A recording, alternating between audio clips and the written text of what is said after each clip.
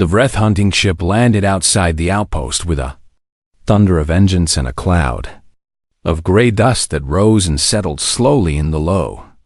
Gravity Cassari watched through the window as three figures emerged from the vessel, their movements sharp and predatory in ways that made her newly awakened conscience ache with recognition. She had moved like that once, before a human showed her what true strength looked like. The leader of the hunting party was a massive Vreth named Torvax.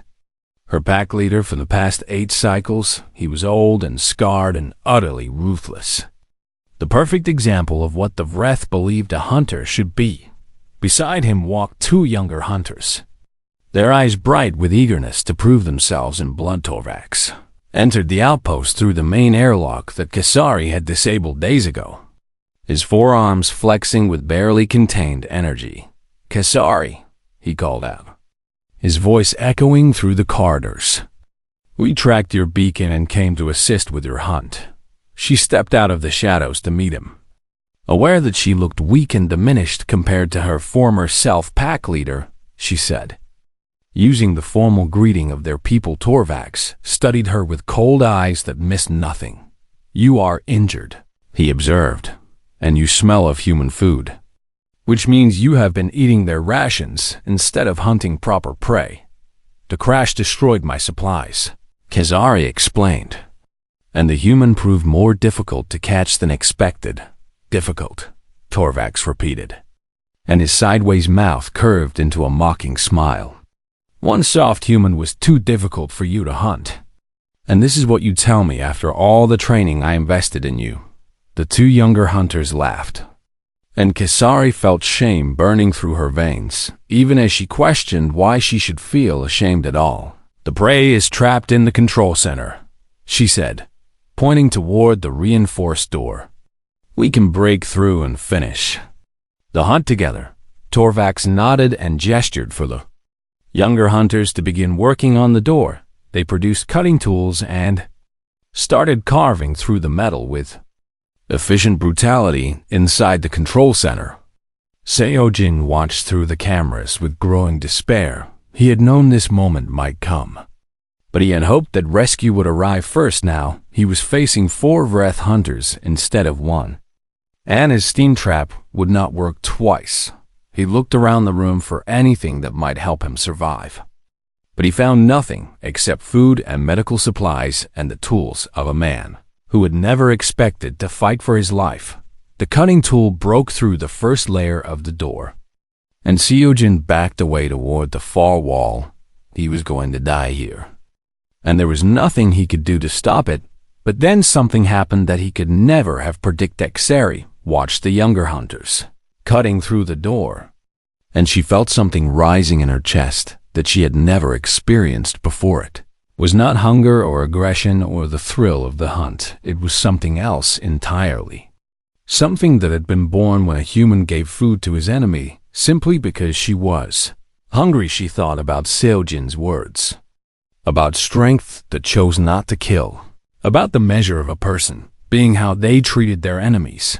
She thought about the universe as the Vreth understood it, where the strong consumed the weak and mercy was just another word for failure. And she realized that she no longer believed in that universe anymore. "Stop," she said, and her voice was so firm that the younger hunters actually paused in their work. Torvax turned to look at her with dangerous eyes. "What did you say?" "I said stop," Cassari repeated. "This hunt is over, and the human is not to be harmed." The silence that followed was heavier than any words could have. Torvax moved toward her with the slow, deliberate steps of a predator who has found unexpected prey. "You would protect your own food from your packmates?" he asked. "That is not just weakness. That is betrayal of everything our people stand for." "Maybe our people have been standing for the wrong things," Cassari said. The 2 younger hunters looked at each other in confusion, uncertain what to do when a senior member of the pack spoke. Torvax had no such uncertainty. He lunged at Cassari with killing intent, his forearms reaching to tear her apart for her treachery. But Cassari had been preparing for this moment. Since she first understood what she would have to do, she dodged his initial strike and used his momentum against him, sending him crashing into the wall with a move she had learned long ago, but never expected to use on her own pack leader. The human saved my life when he had every reason to let me die, she shouted. And he did it because that is what true strength looks like. And I will not repay that kindness with betrayal. Torvax rose to his feet with murder in his eyes. Then you are no longer Vreth, he snarled. You are nothing but prey yourself. I invoke the old law, Kasari said. And those 3 words stopped Torvax in his tracks. A life debt has been created between the human and myself, and anyone who harms him must answer to me. The old law was ancient. From a time before the Vreth had become purely hunters, it was rarely invoked and almost never honored. But it still held power among those who remembered the old way. Torvax stared at her for a long moment, calculating whether he could simply ignore the invocation and kill her anyway. But the younger hunters were watching, and they would carry the story back to the rest of the pack. Killing someone who had invoked the old law would mark Torvax as an oathbreaker, a status that would destroy his authority forever. You have chosen the human over your own people, he said finally. I have chosen mercy over murder, Kasari replied. And if that means I am no longer Vreth, then perhaps I never truly was. Torvax gathered the younger hunters with a gesture and turned toward the airlock. You are exiled, he said without looking back. If you ever return to Vreth space, you will be hunted and killed without honor. I understand, Kasari said. The hunting party left, and their ship rose into the black sky and disappeared among the stars. Kasari stood alone in the corridor until she heard the control center door open behind her. Seojan stepped out slowly, his eyes wide with amazement at what he had witnessed. You saved my life, he said. You saved mine first, she replied. And I have learned that debts must be repaid, even when the payment costs everything you once believed. They stood facing each other in the empty outpost. Predator and prey transformed into something neither had expected. What will you do now? Sejan asked Desari, looked toward the stars that had been her home, and realized that she could never return to the life she had known. I do not know, she admitted. I am no longer a hunter, but I do not know what else to be. Seojan smiled, and it was the same smile he remembered from a dark tunnel long ago. The smile of someone who had found hope in hopelessness. Maybe you could try being a friend, he said. Kasari turned the word over in her mind, testing its weight and finding it strange, but not unwelcome. I do not know what that means, she said. Neither did I. Once, Seojan replied, but I learned. And maybe you can learn too. 3 days later, a human rescue ship arrived to find them sitting together in the control center, sharing food and stories, and the beginning of something that neither species had ever imagined possible. And when Kasari finally left that small moon to find her place in a universe that no longer made sense, she carried with her a single human word that had changed everything. Friend. It was a small word, but she was beginning to understand that small things could hold the greatest power of all. Kasari did not sleep that night because her mind would not stop turning over the impossible thing that had happened. She sat with her back against the wall and stared at the empty food container that the human had given her. The protein bars had tasted strange and wrong. The bay had kept her alive when she should have died. She had hunted across 17 star systems and killed more prey than she could count. She had faced dangerous creatures and hostile environments and deadly rivals from her own species, but nothing in her long career as a predator had prepared her for what this human had done. Prey did not feed the hunter. This was the most basic truth of the universe, written into the very nature of existence itself. The weak ran from the strong, and the strong consumed the weak. And that was how life had always worked since the first creature learned to kill. Yet this human This soft and fragile creature, who should have been nothing more than meat, had chosen to share his food with the predator who wanted to eat him. Kesari could not make sense of it, no matter how hard she tried. When morning came, she stood up on legs that were still weak but stronger than they had been the day before. She walked to the control center door and stood before it like a pilgrim approaching a sacred place. Human, she called through the metal barrier. I need to understand.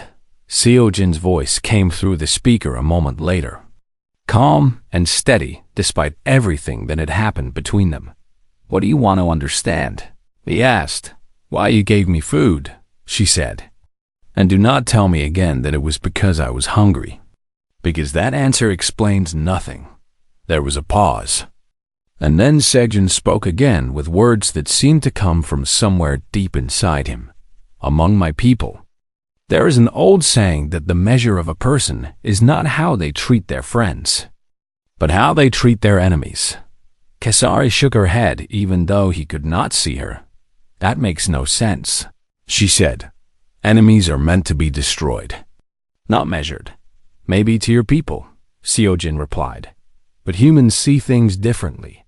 And we believe that true strength is not just the power to kill, but the power to choose not to kill when you have every reason to do so. The words hit Kesari like a blow to the chest among the breath. Strength was measured only in blood and victory, and the number of prey brought down a strong breath, killed efficiently and without hesitation. Mercy was considered a flaw, a weakness that would eventually lead to death at the hands of a more ruthless competitor. Yet here was this human, this creature from a species that the Vreth considered soft and weak, speaking about strength in a way that made her question everything she had been taught. Your people are strange, she said. Perhaps, Seojin agreed. But consider this, I am alive, and you are alive. And neither of us had to die for that to be true. And is that not a better outcome than one of us being dead? Kesari had no answer for this because she had never thought about hunting in terms of outcomes beyond the kill. Tell me about your people, she said, surprising herself with the request. Another pause, longer this time. And then Seojin began to speak. He told her about Earth, the death world where humans had evolved among predators far more dangerous than themselves. He explained how humans had survived not through strength or speed or natural weapons, but through cooperation and creativity and the ability to care for one another, even when resources were scarce. He described the concept of empathy, the strange human ability to feel the pain of others as if it were there. Onkazari listened with growing amazement as she began to understand how different humans were from everything she had assumed. We feel what others feel, Seojin said. And when I watched you starving, I felt your hunger as if it were my own. And I could not let you die like that, even though you are my enemy. That sounds like a terrible weakness, Kesari said. But her voice lacked conviction. Many species think so, Seojin admitted. But consider what it means in practice. And humans will fight to the death to protect each other because we feel each other's pain. And we will sacrifice ourselves for strangers because their suffering becomes our suffering. And we will show mercy to enemies because we cannot escape the weight of causing unnecessary pain. Kesari thought about the human soldiers she had heard stories about, the ones who charged into hopeless battles to save their companions.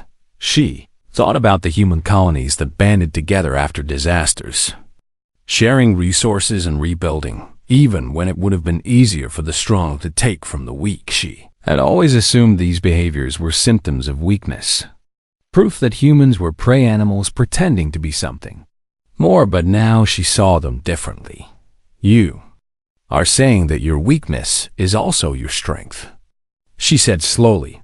I'm saying that what looks like weakness to a predator might be the most dangerous strength of all, Seojin replied.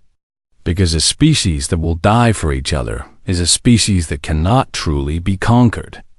Kesari sat down heavily on the floor as the weight of this new understanding pressed Down on her entire worldview was crumbling, and she did not know how to rebuild it. "I cannot see you as prey anymore," she admitted. "You have broken something inside me that I do not know how to fix." "Maybe it did not need to be fixed," Seojin said gently. "Maybe it needed to be broken," before Kasari could respond. The outpost's sensors seemed to life with a new proximity alert. She looked up at the ceiling as if she could see through it to the sky above. "A ship is approaching," Seojin said through the speaker, his voice suddenly tense. "And the signature matches Vreth design." Kasari felt her blood run cold as she recognized the specific pattern of the approaching vessel. "It is my hunting party," she said. "They must have tracked my distress beacon, and they are coming for me. Will they help you?" Seojin Asked Kasari stood and faced the door with an expression that mixed fear and resignation. "They will help me finish my hunt," she said. "And if I do not participate, they will kill me for being too weak to claim my own prey." The control center fell silent as both of them understood what this new arrival meant: the moment of connection between them was about to be tested in the most brutal way possible, and Kasari would have to choose between everything she had been raised to believe and the strange new truth that a human had shown her, through an act of impossible mercy. 5 days passed in a strange and terrible silence that filled every corner of the mining outpost. Seojin stayed inside the control center, rationing his food and water while monitoring the cameras that showed him everything happening. Outside his sanctuary, Kasari remained in the corridor outside his door, moving less and less as the hours turned into days and her body began to consume itself. He watched her through the screens and saw the changes that hunger brought to her alien form. Her skin, which had once shifted colors like living oil, grew dull and gray as her energy faded. Her forearms hung limp at her sides, too weak to hold themselves in the ready position of a predator. Her large eyes lost their predatory gleam and took on a hollow, desperate quality that Seojin recognized from the worst moments of his own life. He knew what starvation looked like because he had experienced it himself once. Trapped in a collapsed mining tunnel with a coworker named Park Ji-hoon, had been buried for 11 days before rescue came. Surviving on a single container of emergency rations, the Ji-hoon had insisted on sharing equally. Seojin had wanted to give up after the 5th day, but Ji-hoon kept pushing his portion of food toward him, kept telling him that they would survive together or not at all. That memory haunted him now as he watched Kasari slowly dying outside his door. She was a predator who wanted to eat him, a creature from a species that viewed humans as nothing more than meat. Every logical part of his brain told him to wait and let nature take its course. She would weaken until she could no longer threaten him, and then he could simply walk past her body and wait for rescue in peace. But another part of him, the part that remembered Ji-hoon's face in the darkness of that collapsed tunnel, could not stop thinking about what it meant to watch someone starve on the morning of the 6th day. Kasari stopped moving entirely. She lay curled in a corner of the corridor with her arms wrapped around her hollow stomach, her breathing shallow and irregular. Seojin zoomed the camera in on her face and saw something that surprised him. Her eyes were open, but they were not watching the door anymore. They were staring at nothing, empty of the hunting focus that had defined her since she first arrived. She had given up. The realization hit Seojin like a physical blow, and he found himself standing at the reinforced door with his hand on the lock mechanism. He did not remember walking across the room or making any decision to move his body. Had simply acted while his mind was still processing what he was seeing. He stood there for a long time, arguing with himself about what he was about to do. This creature wanted to kill him and eat his flesh. She came from a species that viewed mercy as weakness and compassion as stupidity. If he opened this door, she might find the strength to lunge at him and finish what she had started. But if he did not open the door, he would have to watch her die slowly while he sat surrounded by food. She could never reach. Seojin thought about Ji-hoon again, about the way his friend had smiled, even when they were both certain they would die in that tunnel, he thought. About the words Ji-hoon had spoken when Seo-jin asked why he kept sharing his food. Because hunger is the worst way to die, Ji-hoon had said. And I would not wish it on anyone, not even my worst enemy. Seo-jin opened a storage cabinet and pulled out a container of emergency protein rations. These were designed for humans, processed from plants and synthetic compounds that might not even be digestible by breath biology, but they were food. And food was what Kazari needed if she was going to survive. He walked back to the door and engaged the safety protocol that would open only the small maintenance hatch at the bottom. The hatch was barely large enough for the container to fit through, but it was too small for Kazari to reach inside and grab him. He knelt down and pushed the container through the opening, then sealed the hatch again before she could react. The sound of the container sliding across the floor made Kazari stir from her death-like stillness. She turned her head slowly and stared at the plastic box that had appeared as if by magic for several minutes. She did not move, did not reach for it, did not do anything except look at the food with confusion written across her alien featurettes. Jin watched through the camera as understanding slowly dawned. In her eyes, the human had given her food. The prey had chosen to feed the predator. Kazari reached for the container with trembling hands and pulled it close to her chest like a precious treasure. She opened it and found the brown bars of compressed nutrients inside, and she ate them with desperate hunger. Even though they tasted wrong and strange on her tongue, the food settled in her stomach and spread warmth through her starving body. She ate until the container was empty, and then she lay back against the wall and stared at the ceiling with an expression Seo-jin could not read. He expected her to recover her strength and resume the hunt with renewed determination. He expected her to see his gift as a mistake she could exploit, a weakness she could use against him. Instead, she simply lay there and breathed.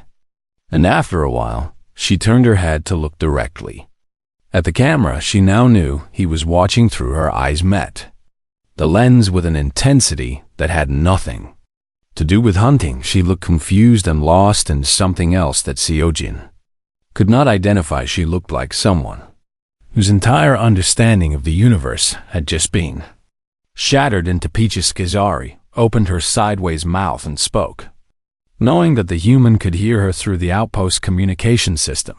"Why?" she asked, and her voice was rough and weak from days without using it. The single word hung in the air between them like a bridge that neither of them had expected to find. Seo-jin sat down at the communication console and pressed the button that would let his voice reach her.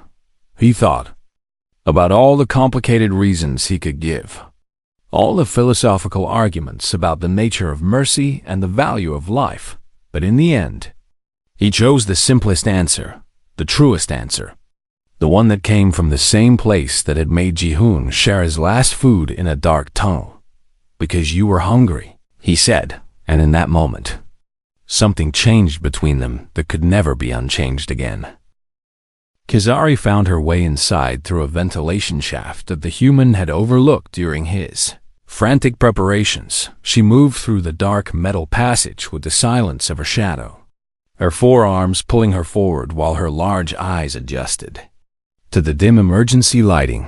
The scent of the human filled her nostrils and made her mouth water with anticipation. Humans were rare in this part of the galaxy, and she had never tasted one before. Other wreath hunters spoke of human meat as a delicacy, tender and rich with the unique flavor of a species that had evolved out of all the end world of incredible danger. She dropped from the ventilation opening into a maintenance corridor and landed without a sound on the metal floor. Her injured arm throbbed with pain, but she pushed the sensation aside because hunger was stronger than discomfort.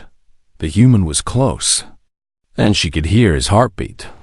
echoing through the walls like a drum calling her forward. Sejin was checking the door seals in the lower level when he heard something that made his blood freeze. A soft scraping sound came from somewhere behind him, followed by a moment of silence that felt heavier than any noise. He turned slowly and saw Kazari standing at the far end of the corridor with her sideways mouth stretched wide in what might have been a smile for a single heartbeat.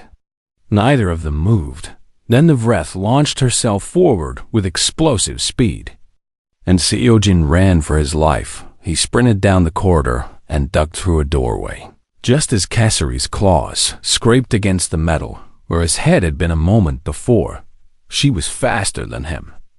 But he knew this outpost better than she did, and that knowledge was the only thing keeping him alive. He led her through a maze of narrow passages and service tunnels, always staying just ahead of her reaching arms. Twice she almost caught him, her claws tearing through his jacket and leaving shallow cuts on his back, but he kept moving because stopping meant death. And humans had evolved on a world where stopping meant the predators. Kasari was amazed that the human was still running after taking wounds that should have sent him into shock. Most prey species collapsed after the first injury, their bodies surrendering to the inevitable, but this creature kept fighting with a determination that she found both frustrating and strangely impressive. She chased him into the industrial section where massive machines hummed and groaned with mechanical life. The air grew hot and thick with steam from the atmospheric processors, and Kasari found her vision blurring as moisture gathered on her large eyes. She wiped at them with her uninjured arm and lost sight of the human. For a critical moment, Seonjin ducked behind a pressure control console and reached for the emergency release. Valve had worked on these systems for 3 years, and he knew exactly how much superheated steam would blast from the vents if he turned this particular handle. He waited until he heard Kesari's footsteps approaching, counted to 3, and then pulled the lever with all his strength. The steam exploded from the vents in a roaring white cloud that filled the corridor with scalding heat. Kasari screamed as the burning vapor washed over her, cooking her sensitive skin and filling her lungs with pain. She stumbled backward and crashed through a maintenance door, falling to the floor in a tangle of limbs. Sejin did not wait to see the results of his trap. He ran toward the control center, his heart pounding and his wounds burning, but his mind focused on one single goal.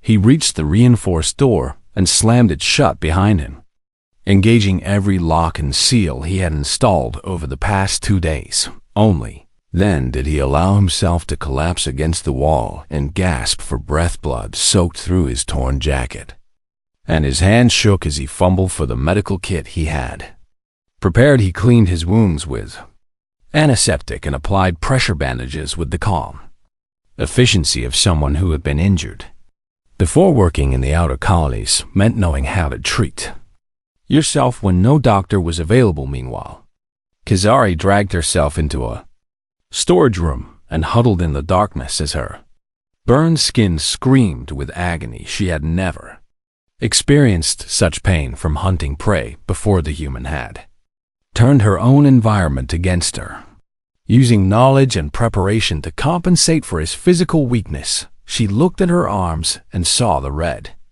blistered patches where the steam had done its worst.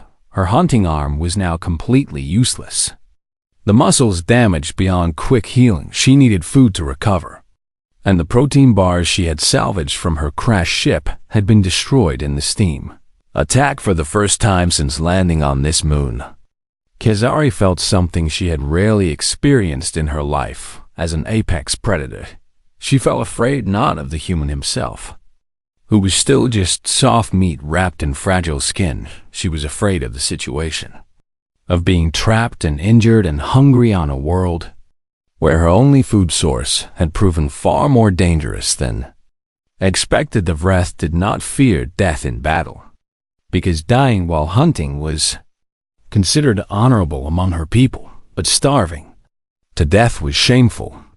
a fate reserved for the weak and the foolish who could not provide for them. Scifistories forced herself to stand and began searching the storage room for anything she could eat. She found containers of industrial lubricant and spare machine parts and cleaning chemicals, but nothing that her body could digest. The outpost was designed for humans, and human food was stored in the areas she could not reach. The control center, where Seojin had barricaded himself, contained the kitchen and the emergency rations and everything she needed to survive. She was locked out, and a human was locked in, and neither of them could leave this moon without help from the outside. Kesari limped to the door that separated her from her prey and pressed her ear against the cold metal. She could hear him moving inside, hear the rustle of bandages and the clink of medical supplies. He was hurt, but he was alive, and he had proven himself to be far more capable than any prey she had hunted before. For the first time in her hunting career, Kesari did not know what to do next. Her instincts told her to wait and watch and strike when the opportunity came. But her stomach told her that time was running out, that every hour without food meant her body would grow weaker and her chances of success would shrink. She settled into a dark corner near the control center door and began her vigil. The human could not hide forever, and when he finally emerged, she would be waiting. She did not know that Seojin was watching her through the security cameras, studying her movements and seeing the hunger that was beginning to show in the way she held herself. She did not know that the human was forming a plan that would make no sense to any Vreth who had ever lived, and she certainly did not know that in the days to come, this strange creature would teach her lessons about strength that would change her understanding of the universe forever. The hunt had only just begun, but it was already transforming into something neither of them could have predicted. The mining outpost on Kethra 7 had been silent for 3 weeks now, and Yun Seonjin had grown used to the loneliness that filled every corridor and every empty room. He walked through the atmospheric processing station with a wrench in one hand and a tablet in the other, checking readings and making small repairs that kept the air flowing and the lights burning in this forgotten corner of space. His team had evacuated when the solar storm warnings came through, but Seojin had volunteered to stay behind and watch over the equipment because someone had to make sure the processors kept running. The storm never arrived, and now he was alone on a desolate moon with nothing but machines for company. Seojin did not mind the solitude as much as he thought he would, because he had always been the quiet type who preferred the hum of generators to the noise of crowded rooms. He finished his morning inspection and headed back to the control center, where he kept his small living space organized with books and music and a few personal items he had brought from Earth. The view from the main window showed nothing but gray dust and black sky and the distant glow of the gas giant that Kethra 7 orbited in endless silence. He made himself a simple breakfast from the emergency rations and sat down to eat while reviewing the day's maintenance schedule on his boss tablet. Everything seemed normal and routine and utterly predictable until the proximity alarm screamed to life and filled the control center with flashing red lights. Seojin jumped to his feet and rushed to the sensor console where the readings showed something impossible. A ship was falling from the sky in an uncontrolled descent, trailing smoke and fire as it plummeted toward the moon's surface about 3 kilometers from the outpost. He watched the impact through the window, saw the distant flash of light and the plume of debris that rose and then settled in the low gravity. His first instinct was to help, because that was what humans did when they saw someone in trouble. But he hesitated at the airlock because he had no idea what kind of ship had crashed or who might have been aboard. The mining company had not scheduled any arrivals, and this sector was supposed to be empty of traffic for another month. Seojin decided to wait and watch the sensors for any sign of movement from the crash site. For 2 hours nothing happened, and he began to wonder if anyone had survived the violent Landing, then the motion detector picked up something moving across the gray landscape toward the outpost. Something that moved with fluid grace despite the rough terrain. He adjusted the external cameras and felt his blood turn cold when the image resolved on his screen.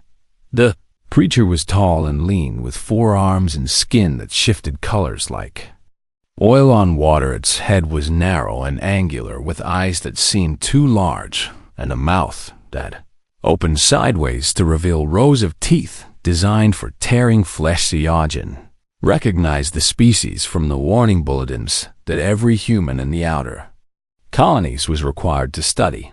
This was a Vreth, a member of the most feared predator race in the known galaxy. Vreth came from a jungle world where everything hunted everything else, and only the strongest and fastest survived to reproduce. They had developed intelligence and technology not to build civilization, but to become better hunters who could chase prey across the stars. The galactic community tolerated them because they were useful as mercenaries and bounty hunters. But everyone knew the dark truth that the Vreth considered most sentient species to be little more than food. Cyojin watched the creature approach the outpost and felt fear wrap around his heart like a cold hand. He checked the security systems and sealed every external door and hoped that the Vreth would simply pass by and continue on its way. But the creature stopped at the main airlock and examined it with obvious interest, before moving along the outer wall and testing each potential entry point. It was hunting, and Cyojin understood with horrible clarity that he was the prey. The Vreth circled the outpost twice before disappearing from the camera feeds, and Cyojin spent the next several hours in a state of constant tension as he tried to track its movements. He caught glimpses of it through different cameras, always watching, always studying the structure and looking for weaknesses. When night fell on Kethra 7, the creature seemed to vanish entirely into the shadows that pooled between the outpost buildings. Jin barely slept that night, jerking awake at every small sound and checking the sensors repeatedly for any sign of intrusion. Morning came with the pale light of the distant sun, and he forced himself to eat something even though his stomach was tight with anxiety. The Vreth appeared again on the cameras around midday, and this time Cyojin noticed something he had missed before. The creature was injured, favoring one of its 4 arms and moving with less fluid grace than it had shown the day before. The crash must have hurt it more than he initially realized. An injured Vreth was still far more dangerous than any human, and Cyojin knew that his only advantages were the walls between them and his knowledge of the outpost layout. He spent the afternoon reinforcing the control center door and gathering supplies in case he needed to hide for an extended period. The emergency beacon was working, but the nearest human settlement was 6 days away at standard speed. 6 days was a very long time to survive against a creature that considered him food. As the second night approached, Cyojin made a decision that went against every survival instinct. Screaming in his mind, he could not simply hide and wait because the Vreth was clearly patient and determined and would eventually find a way inside. Instead, he needed to understand his enemy and find some advantage that might keep him alive. He accessed the outpost database and searched for everything available about Vreth biology and behavior. What he found was both terrifying and strangely hopeful. The Vreth were supreme hunters, but they were also creatures of instinct who followed predictable patterns when stalking prey. They preferred to attack from ambush, using speed and surprise to overwhelm their targets before any resistance could form. If the prey proved difficult, the Vreth would typically wait and watch and wear down their target through psychological pressure. But they had one weakness that few people knew about. The Vreth had extremely fast metabolisms that required frequent feeding, and a hungry Vreth would become increasingly desperate and prone to mysticism. Looked at the creature on his camera feed and noticed for the first time how thin it appeared beneath its shifting skin. The crash had destroyed its ship and probably its food supplies, As well, the hunter was stranded and injured and growing hungrier by the hour. This changed everything. And Seguin began to form a plan that might just keep him alive long enough for rescue to arrive. He did not know yet how wrong he was about what would happen next, or how a simple act of impossible kindness would transform both their fates in ways neither of them could imagine. The Vreth named. Kizari watched the human through the outpost windows and felt her stomach clench with the first pangs of real hunger soon. She told herself she would feast. She had no idea that this small human would soon teach her something that would shatter everything she believed about strength and survival and the true nature of power.